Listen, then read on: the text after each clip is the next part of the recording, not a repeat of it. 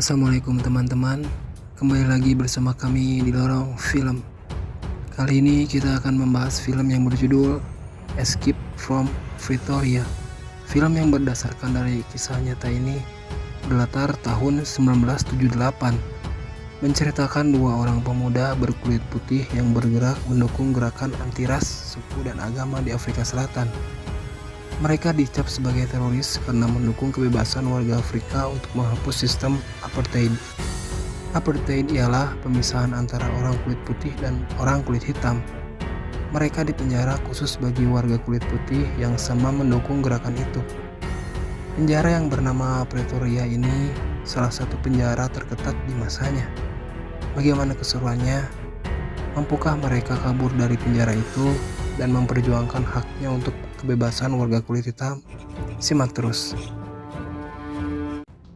Layar dibuka dengan dua orang pemuda yang sedang menjalankan aksinya.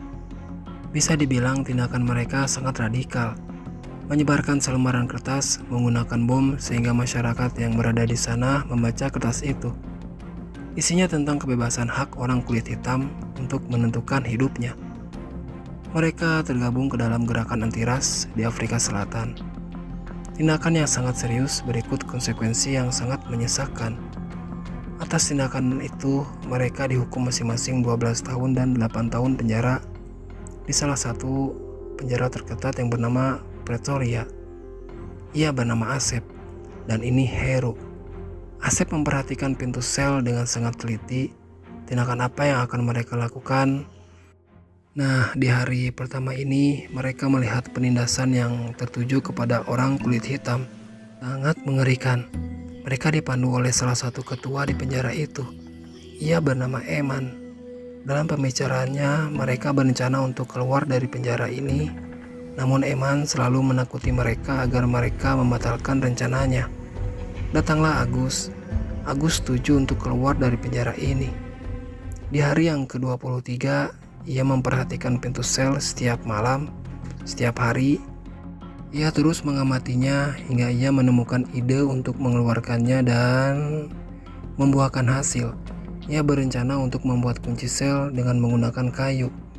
Ia harus mengamati kunci yang dibawa oleh sipir dengan menyatukan makanan si Agus, dan alhasil sipir datang dan Asep memanfaatkan momen ini. Di dalam sel, Asep memanfaatkan momennya untuk menggambarkan sketsa kunci.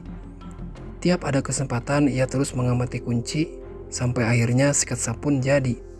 Di hari yang ke-74, Asep telah membuat potongan-potongan kayu yang telah disketsa. Datanglah sipir membuat suasana jadi tegang. Si Heru mengalihkan perhatian dengan menjatuhkan wadah paku sehingga Asep berhasil memasukkan potongan-potongan kayu itu ke dalam Tupperware.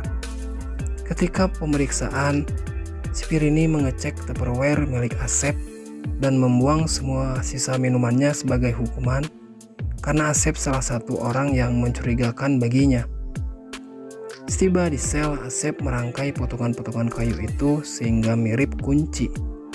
Ketika dites ternyata berhasil. Namun ketika satu pintu terbuka, Asep dikejutkan dengan pintu yang kedua. Dan Asep harus membuat kunci untuk pintu berikutnya. Di hari yang ke-100, Asep membuktikan ke semua orang bahwa ia telah berhasil membuat kunci yang terbuat dari kayu. Namun masalah datang ketika kunci yang kedua gagal, membuat slot pintu itu macet. Asep, Heru, dan Agus sangat panik. Datanglah sipir untuk mengunci semua pintu sel. Namun ketika pintu itu tempat Asep dikurung macet, ia pun keheranan. Untung saja tidak ada kecurigaan yang membuat Asep selamat. Di hari yang ke-142, Asep yang cerdas telah memiliki ide baru untuk membuka pintu sel yang kedua. Setiap hari ia berpikir bagaimana caranya agar mereka bisa kabur dari penjara.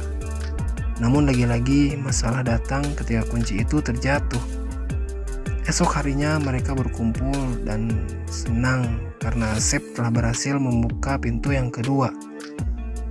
Di hari yang ke-296, Asep dan Agus mencoba untuk membuka pintu utama dan kunci kayu yang mereka buat ternyata berhasil.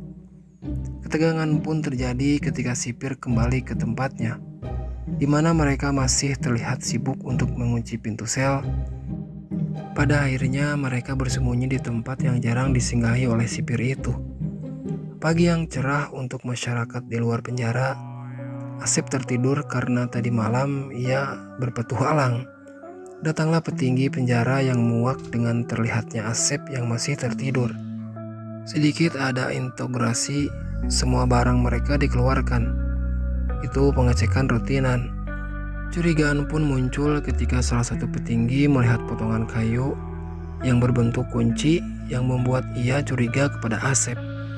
Asep di sini merasa khawatir dengan tindakannya yang membuat trauma berkepanjangan. Namun jika ia berhenti itu sama aja bohong. Ia akhirnya menguburkan rasa traumanya dan berpetualang lagi di esok harinya. Terlihat mereka sangat mudah untuk membuka semua pintu sel. Di hari yang ke-404, Asep dan kawan-kawan mencoba untuk membujuk mereka yang lain. Namun mereka tidak ingin mengambil resiko dan tidak tahu jika sudah keluar harus kemana. Momen yang sangat menegangkan dimulai. Pada hari itu semua petinggi dan jajarannya keluar. Yang tersisa hanya petugas malam.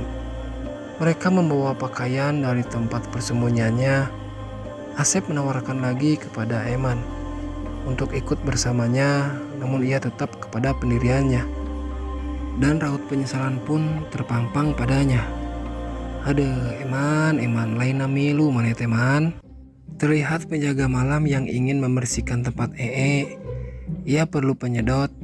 Letaknya di tempat di mana Asep, Agus, dan Heru bersembunyi. Ketika ia ingin mengembalikan penyedot itu, salah satu narapidana memecahkan lampu yang membuatnya tidak jadi menyimpan penyedot.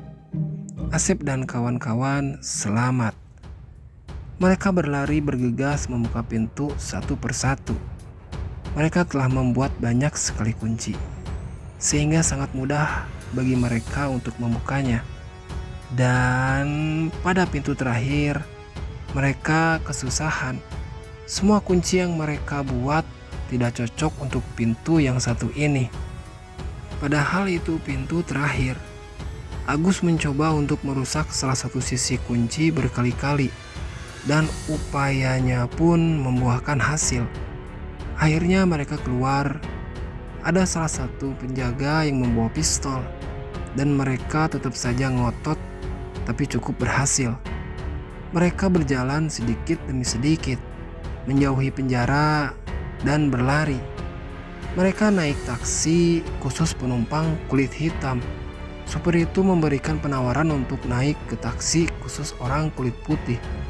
Namun mereka menolak. Dan mereka bahagia, senang tak terkira, di mana usaha mereka tidak sia-sia. Mereka kembali memperjuangkan anti ras warna kulit, dan pada tahun 90 upaya mereka untuk membebaskan orang kulit hitam terwujud. Tahun 94 Nelson Mandela diangkat sebagai Presiden Afrika Selatan. Kalian ingin tahu bagaimana perasaan sipir kurang ajar ini setelah mereka kebablasan 3 narapidana? Beat it, girls.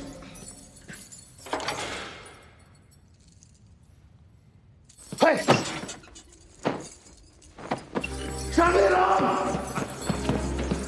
Dan film pun selesai.